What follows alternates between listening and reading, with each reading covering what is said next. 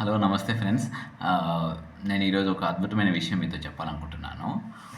Main ఏందంటే మనకి body language అనేది మన కమ్యూనికేషన్‌లో చాలా ఇంపార్టెంట్ రోల్ ప్లే చేస్తది. అదేంటంటే మనకు 7% వచ్చేసి మనకేంటంటే కంటెంట్ ఉంటుందన్నమాట. అంటే మనం డెలివరీ చేసే కంటెంటు 7% రిప్రజెంట్ చేస్తదన్నమాట. 38% వచ్చేసి వాయిస్ మాడ్యులేషన్ అనమాట. మన స్వరంలో ఉన్నటువంటి శబ్దం. సో, మిగతా 55% వచ్చేసి మనకేందంటే బాడీ లాంగ్వేజ్‌లో ఉంటుందనమాట. సో, అంటే కలర్స్ ద్వారా మనం కమ్యూనికేషన్ చేయొచ్చు. తర్వాత మన మనం హావభావాల ద్వారా మనం కమ్యూనికేషన్ చేయొచ్చు.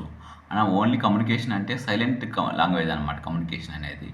సో, మనం ఓన్లీ నోటి మాట ద్వారానే కాదు, మన బాడీలో ఉన్నటువంటి ముఖ కదలికల ద్వారా కూడా మనం కమ్యూనికేషన్ చేస్తామనమాట. అలాగే కమ్యూనికేషన్స్‌కి బెస్ట్ థింగ్ ఏందంటే, మనం ఎవరికైనా స్మైల్ ఇచ్చినప్పుడు, మనం ఒక పాజిటివ్ కమ్యూనికేషన్‌ని వాళ్ళకి చేస్తున్నమాట. అలాగే ఇట్లా సాడ్‌గా ఇట్లా పెట్టుకున్నప్పుడు, మనం విచారంగా ఉన్నాం అనేసి ఒక కమ్యూనికేషన్ చేస్తున్నాము. సో, అలా డిఫరెంట్ మన బాడీలో ఉన్నటువంటి వాటి ద్వారా మనము ఒక మంచి విషయాన్ని వాళ్ళకి అంటే ఒక కలర్ అనేది ఒక కమ్యూనికేషన్ చేస్తుందన్నమాట.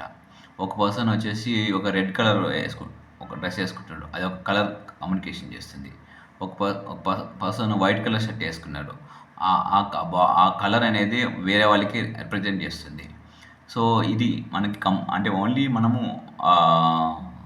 వర్బల్ కమ్యూనికేషన్ కాకుండా నాన్ వర్బల్ కమ్యూనికేషన్ కూడా మన బాడీలో ఉన్నటువంటి లాంగ్వేజ్ ద్వారా వేరే వాళ్ళకి మనం కమ్యూనికేషన్ చేస్తున్నాము.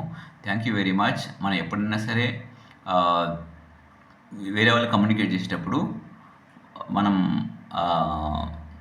చాలా స్పష్టంగా, క్లియర్‌గా మన మనసులో ఉన్నటువంటి భావాలను తెలియపరచాలి. Thank you.